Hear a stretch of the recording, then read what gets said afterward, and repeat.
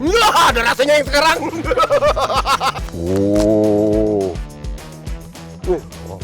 Mukanya tetap datar walaupun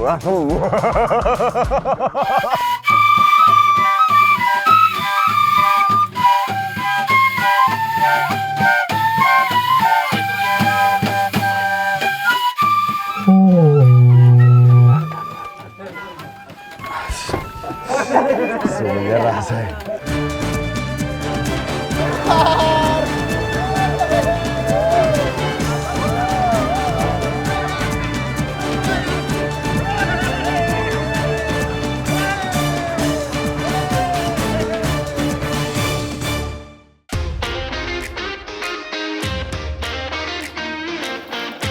Hai Miumote. Udah cocok kan jadi warga Gurusina? Nikmatin pagi di Gurusina tuh bener-bener asik banget. Duduk santai di depan Sao, pegang segelas kopi khas Bajawa. Vibes-nya itu loh, nenangin banget. Lagi enak-enaknya nyeruput kopi, tiba-tiba dipanggil buat sarapan. Ayo sarapan. Ayo, udah lapar nih dari tadi. Tapi kita cari tempat yang bagus lah. Oh, nggak di sini? Iya. Sebentar. Tanggung kopi. Nikmat ya kopinya. Juara Kai. Ayo. Lapar kan? Lapar dari tadi. Kemana kita? Bapak Mirus ajak, kita makannya di situ. Oh gitu. Kita makan di sini, Om boleh bareng? Boleh, silakan. Udah makan juga Om? Ya, nanti kita makan bareng. Asik. Ayo, sini aku bantuin. Ih, sambelnya itu enak banget. Pas nyampe Loka, ternyata udah disiapin tempat makan. View-nya no kaleng-kaleng sih. Cakep banget. Sarapannya juga spesial nih. Namanya Uta Kaba. Makanan khas Ngada, NTT. Sekilas mirip bubur dan bisa buat pengganti nasi, jadi pasti dapat kenyangnya. Coba ya, silakan sambalnya. Kalau bahasa biasanya orang-orang luar menyebutnya Bose. Makanan ini dijamin sehat banget karena campuran dari jagung yang direbus dengan labu kuning, ada daun kelor yang bisa diganti juga pakai daun pepaya. Gak lama sih masak taba ini. Tunggu sampai teksturnya seperti bubur, jadi. Biasanya disajikan bareng sama sambal dan teri. Pedas campur gurih. Beuh, favorit saya sih nih. Ya. Sambil banyak nggak apa-apa? Nggak apa-apa. Ini enak kayaknya. Nggak apa-apa. Ngiler. Iya. Ya. Ngeliat terinya tuh beda gitu. Bismillah. Silakan makan. Makan semua. Kita makan tapa. Tapa masih salah juga. Makan dulu yuk. Semuanya. Di bawah hangatnya matahari pagi Gurusina. Nikmat banget deh pokoknya. Nggak hambar memang. Mana rasanya? Enak. Tabannya dia mungkin kalau tabannya doang nggak ada rasanya, hambar gitu. Karena cuman jagung sama ubi. Nah, kan ada ikan asin sama sambalnya,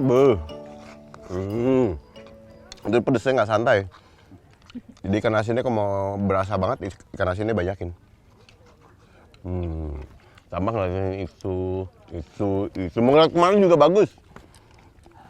Di sini kalau syuting, kamera ditendang jadi angle bagus. Kemana-mana bagus. Serius deh, saya langsung jatuh hati sama tabanya. Sampai nambah nih. Mau daun kelornya agak banyak. Widih. Lagi? Cariin kelornya. Ada kelornya. Aduh, udah. Pokoknya Hanes. Sehat nih kalau gini, makan banyak nih. Aman. Serat semua. Ini kalau dilihat sekilas mirip banget sama bubur Manado. Cuman bedanya bubur Manado itu kalau nggak ditambahin ikan asin udah ada rasanya. Kalau ini lebih emang hambar banget. Tambahin ikan asin baru ada rasanya. Kayaknya saya beneran jatuh hati deh sama masakan mama-mama di sini. Definisi rasa baru buat saya. Makanya tiba-tiba ngide aja nih. Kayaknya seru nih kalau saya coba belanja sendiri kali ya. Akhirnya gas kita ke pasar. Pasar Mataloko. Halo. Ridwan. Bisa minta foto mereka? Boleh. Foto kami ya, foto. Pasarnya padahal jam segini harusnya udah sepi, udah mulai sepi karena dari pagi kan. Tapi ini masih ramai banget tetepan. Pasar ini tuh lumayan juga jaraknya dari kampung. Karena harus turun ke kota Bajawa. Soalnya kalau pasar yang di dekat-dekat kampung cuma buka sekali seminggu. Jadi kita sekalian aja gas ke pasar yang ada di kota. Kita lanjut jalan ya, izin ya. Terima kasih kakak ya. Jadi ini kita beli, tadi ada daun pepaya sama cabai. Cabai ini cabai kecil-kecil. Tuh. Padahal jujur ya, kalau di Jakarta saya nggak begitu suka ke pasar. Soal tawar-menawar begini, aduh ampun deh. Biasanya saya serahin semua urusan ini ke istri. Saya terima jadi aja. Soal tawar-menawar, iya. Yang ada talinya, kalau yang ada talinya? Pak baju aja 70. 70? Iya, 70.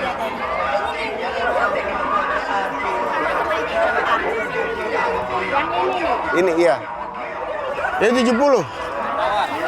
Kurang lah. Jadi ini nggak pakai plastik lagi? Pakai plastik kan? Saya cuma mau beli tempatnya aja. Berapa? Ah? 50. Sebenarnya 70 biar. 70 kan sama beras. Full. Kurang lagi lah, kan saya mau beli. Dan yes, dapat juga harga yang oke. Lumayan kan? Ada bakat untuk negosiasi dikit-dikit lah. Kacang, jagungnya Bu. Ini Kacangnya yang ini apa? Itu apa? Buncis? buncis, berani bos. Tidak, ini sama ini. Di sini cara sama mama emang harus istriku yang belanja ke sini harusnya. Ya terima kasih mama ya. Terus saya lihat-lihat ada parang juga tuh. Yang kayaknya semua orang di sini punya buat aktivitas sehari-hari. Melipir dulu Kalau yang kayak gini beda besar nih, yang besar buat apa, yang kecil buat apa? Biasa. Sama aja, cuma harganya beda. Oh, harganya beda sama orang yang suka makainya aja. Cuman kalau untuk daging, untuk apa semua bisa. Semua bisa semua. Mau yang panjang, yang pendek. Di sini orang-orang memang biasa laki-lakinya khususnya biasa kemana-mana bawa parang. Karena memang parang ini bisa dipakai buat kalau berkebun, gitu, buat potong-potong kayu. Dia apa namanya buat potong-potong apa yang dia panen, terus atau enggak bisa buat potong daging, ayam itu juga bisa. Manfaatnya banyak, kegunaannya banyak. Dan ini besi full, caca tajam lagi. Harganya mulai dari 500.000 sampai jutaan. Tapi katanya awet banget. Jadi worth it lah. Gimana? Ada yang mau nitip? Kalau mau nitip, langsung. Nanti bawain ke Jakarta. Lumayan ini 2 kilo nih. Cuman emang keren banget sih anyamannya. Yang bikin mahal itu dia susah bikin anyaman ini. Dari rotan. Saya coba pakai begini kan? Bisa. Oh diikat di sini. Coba. Di kiri di sini. Gimana? Cocok nggak saya bawa parang? Keren kan?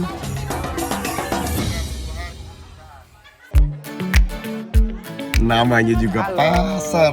Pasti rame terus lah. Dari saya datang sampai sekarang penuh sama mama-mama yang ngajakin saya ngobrol, ngajakin saya foto. Asik kan? Di pasar jadi jual macam-macam ya. Di sini ada. Iya mama, saya jalan-jalan lihat-lihat dulu mah. Kurang lebih sebenarnya sama aja di mana-mana pasar, apalagi tempat oleh-oleh itu pasti menawarkannya begitu lucu. Yang pas kesini sebenarnya istriku, dia suka belanja yang ternawar. Nih, kalau di Jakarta susah banget ya kayak begini. Nah, di sini di pasar aja ada dia, tapi ada macam-macam fungsinya. Terus ada peruntukan, ada yang untuk laki-laki, ada yang untuk perempuan gitu. Saya keliling-keliling lagi Bu, terima kasih banyak. Ini ada hadiah dari kami Mas. Jangan lupa ya. Mama terima kasih banyak. Ini juga nih. Saya cuma lihat-lihat aja loh padahal tiba-tiba dikasih pengikat kepala. Aduh, baik banget sih Mama. Tenun yang dijual di sini juga keren-keren. Semua hasil karya warga, bahkan ada yang pewarna alami. Aduh, energi saya udah mulai habis keliling pasar. Tapi emang seru banget. Karena ketemu banyak warga yang ramah-ramah. Udah keringatan begini, kayaknya paling pas ditutup dengan mandi. Jauh-jauh ke Guru Sina, masa mandinya biasa aja sih? Hai sugar gliderku di rumah. Aku makan makananmu. Kamu gak dapet jatah makan.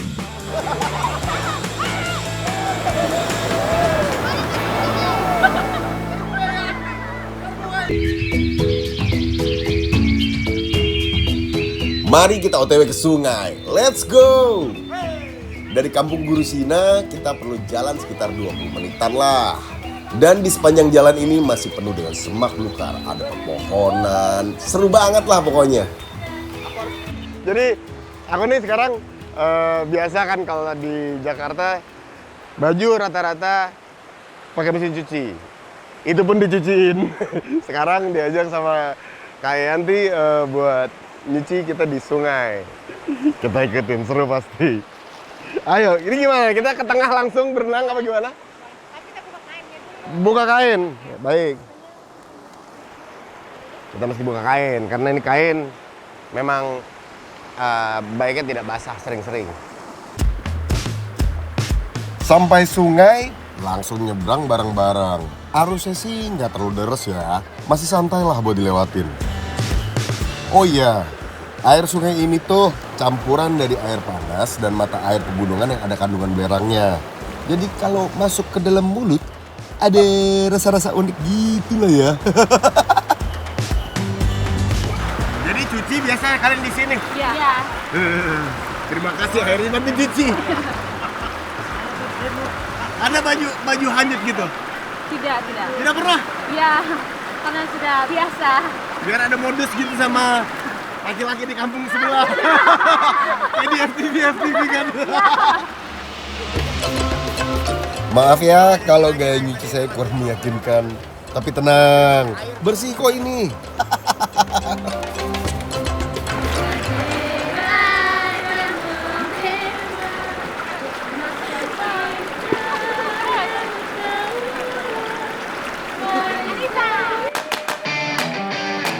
Malah jadi keterusan. Saya asik sendiri nih mandinya. Soalnya airnya bener-bener seger. Yuhu. Ya ngomongin si nyuci. Padahal aslinya pengennya main air.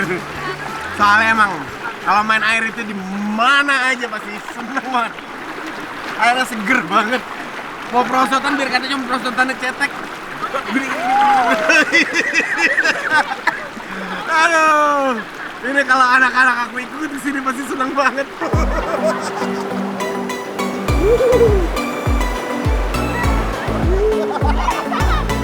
Rugi banget sih kalau udah sampai sini tapi nggak maksimal nikmatinnya. Terus gimana? Udah cukup? Atau lanjut mandi? Ya jelas lanjut dong. Masa langsung pulang? Kan slogannya pantang pulang sebelum petang. Setuju nggak? Di Guru Sina itu hasil alamnya melimpah. Dan hari ini saya diajak main ke kebun bareng teman-teman baru saya. Jalanannya masih kayak gini ya, Om. Ini buat coklat. Lihat di foto sering. Pegang sama lihat langsung baru ini. Belum. Iya, saya. Kalau mau nyoba, silakan. Boleh? Ambil dagingnya aja, jangan sampai ke sampai ke isi dalamnya. Kenapa? Ya pahit, agak sepet. Sepet, tapi bisa nggak apa-apa kalau mau coba gigit juga. Apa-apa, coba. Nah, ini yang bikin saya penasaran. Selama ini taunya coklat yang udah jadi, tinggal dimakan aja. Ternyata kayak gini buahnya. Dan bisa langsung dimakan loh. Namanya kalau mentah gini, kakao. Ini katanya ini apa namanya, kulitnya keras, jadi harus pakai parang. Wah, saya nggak bisa lurus. Nggak apa-apa, berantakan dikit Om ya.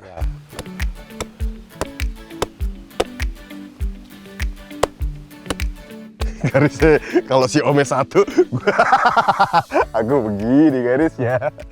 Coba maaf. Ini sudah bisa dibuka ya. Bismillahirrahmanirrahim.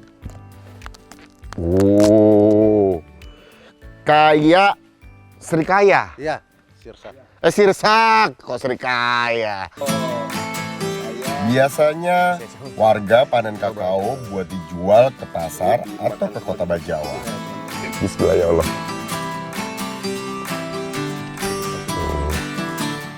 Ya lagi asem banget.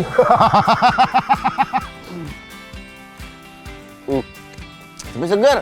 Iya. Om, bareng nggak kita makan? Bersaudara.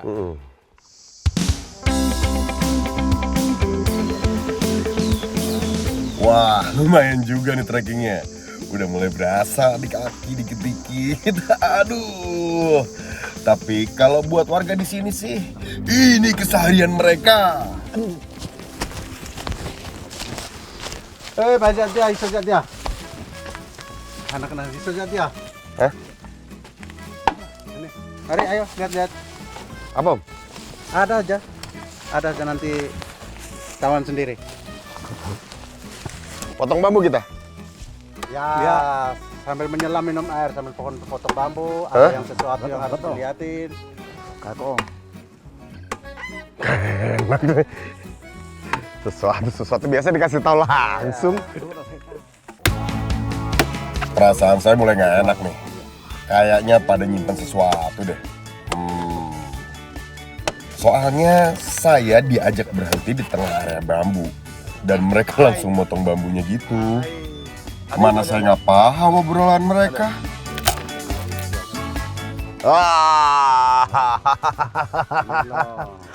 Tadi dibilang tunggu ya, dilihatin ini dulu.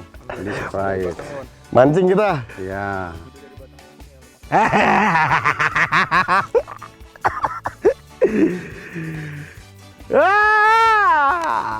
Dari tadi disuruh nunggu pikir ada apa, ternyata ulat bambu. Buat mancing.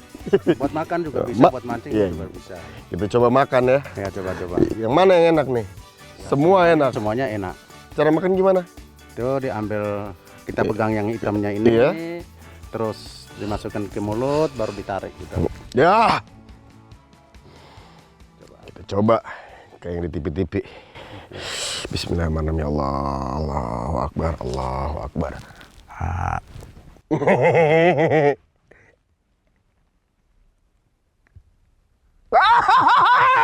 Oh, keluar lagi. Keluar lagi.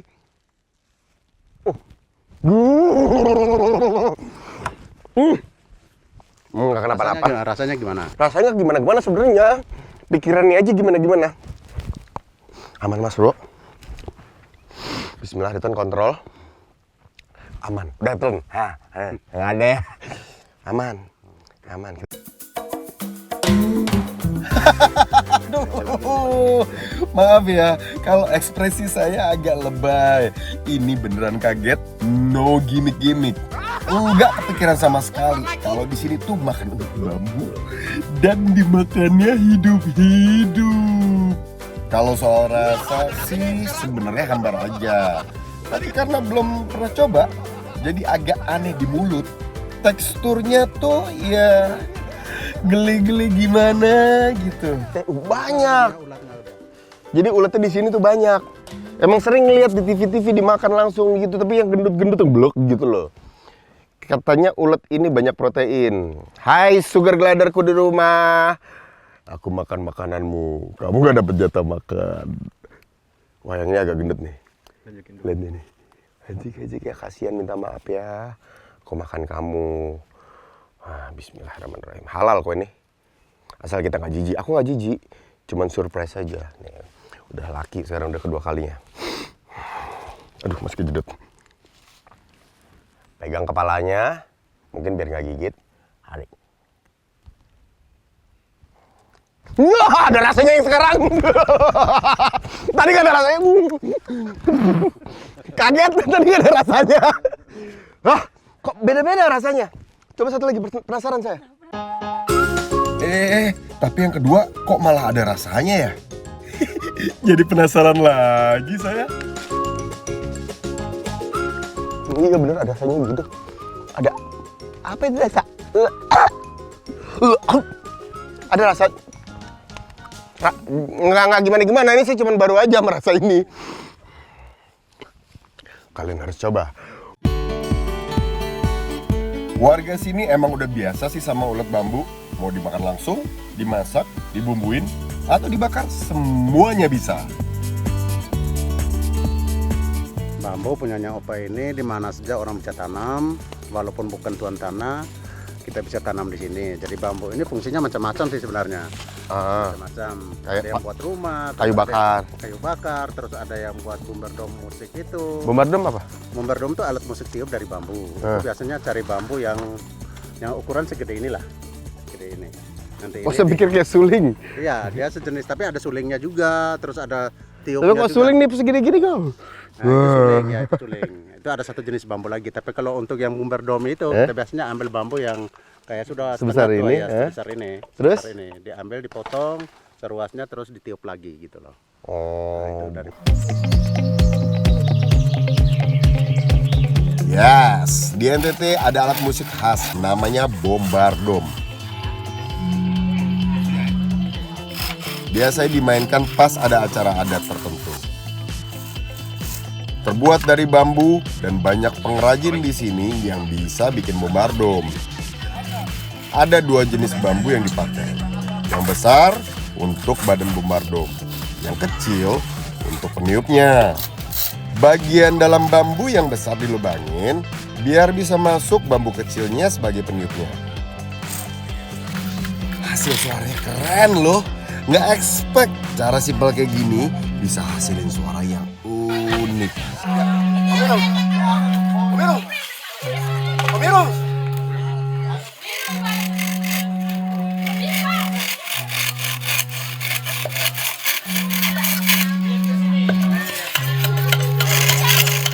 Jadi pengen cobain langsung deh main bombardom.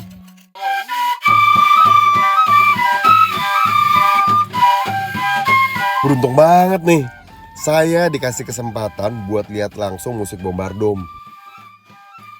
Waktu lagi mampir ke kampung di sekitar sini. Dan lihat deh, saya dipakein baju adat lengkap dari atas sampai bawah. Keren kan?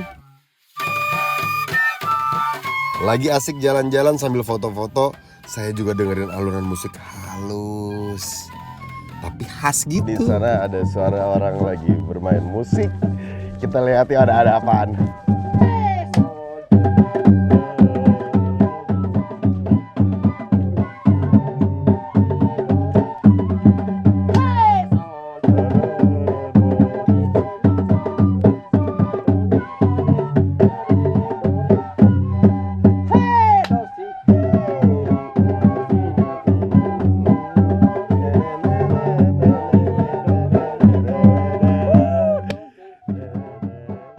Oh iya, musik bombardom ini dimainkan beberapa orang ya. Dibagi jadi 3 bagian. Ada pemain bombardom, ada pemain gendang, dan ada mama-mama yang meniup suling.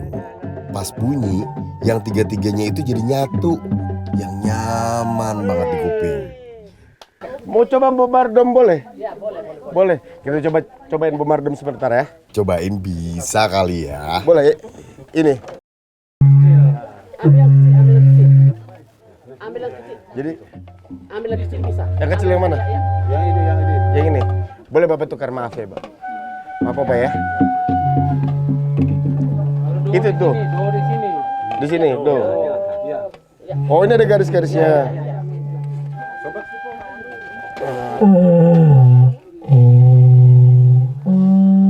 napas. Hah? Tekan. Ya. Lebih kuat lagi. Oh, di bawah. Mana garis?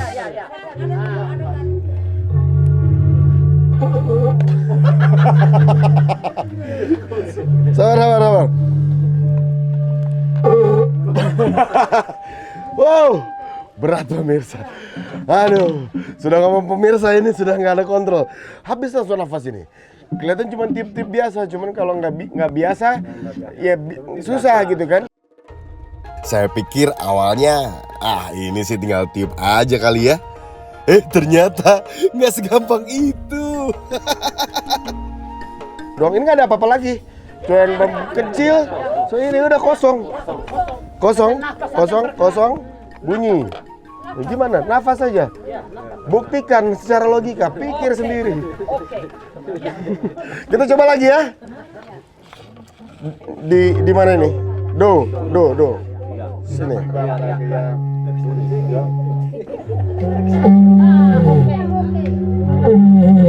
Aduh, udah ada ianya cuman nggak bisa nahan ianya. Di perut langsung kram. Ada tekniknya ternyata buat ngeluarin suara seindah itu. Nggak asal tiup langsung jadi. Ya maaf, namanya juga baru pertama kali.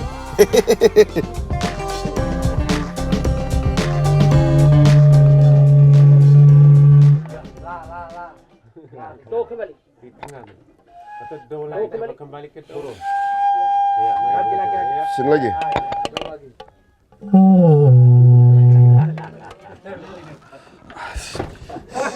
Sebenarnya saya bukan main, di perut langsung kayak habis sit up 100. Kenceng nih sini. Jadi tiupnya nggak boleh dari gitu kan. Harus tiup. Ayo dilanjutkan sudah. Saya mendengarkan saja. Makanya para pemain bombardom ini latihannya nggak main-main. Apalagi bagian perut. Jadi kunci utama buat ngatur napas biar suaranya lebih stabil dan merdu. Di sini mama-mama lanjut main suling, om-om pegang bombardom. Semuanya kompak.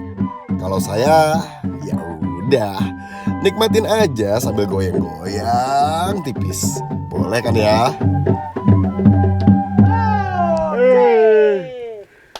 Mama, ada bisa lagu lain Bisa. yang aku bisa nyanyi? Ya, lagu Satu Nusa Satu Bangsa.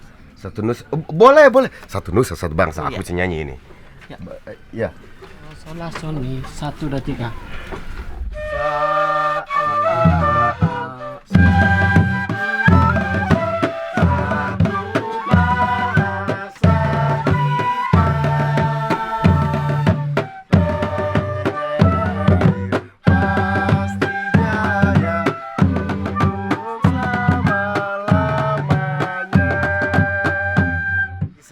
Nggak sembarangan orang bisa mainin bombardom ini. Luar biasa. Terus kan dengerin tadi suara kombinasi antara suling dan bombardom ini sampai ke sini. Jadi ya saya nggak tahu ya tadi suara saya fals atau enggak secara nggak pintar nyanyi. Tapi terima kasih Mama, Opa tadi udah dikasih kesempatan untuk mendengarkan, mencoba lagunya. Kita izin untuk jalan-jalan lagi. Ini saya kembali ke atas. Siang semua. Jujur, saya beneran emes sama para pemain bombardom di sini. Keren banget. Kekuatan napas mereka itu luar biasa. Nggak gampang loh bisa main jadi semerdu itu. Semoga suatu saat nanti kalau saya balik lagi ke sini, udah bisa ikutan juga main bombardom.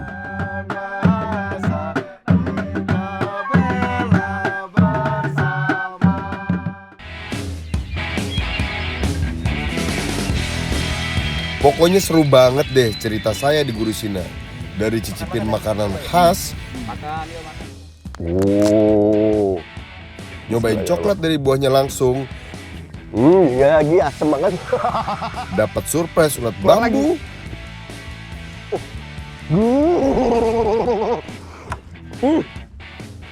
lihat alat musik bombardom,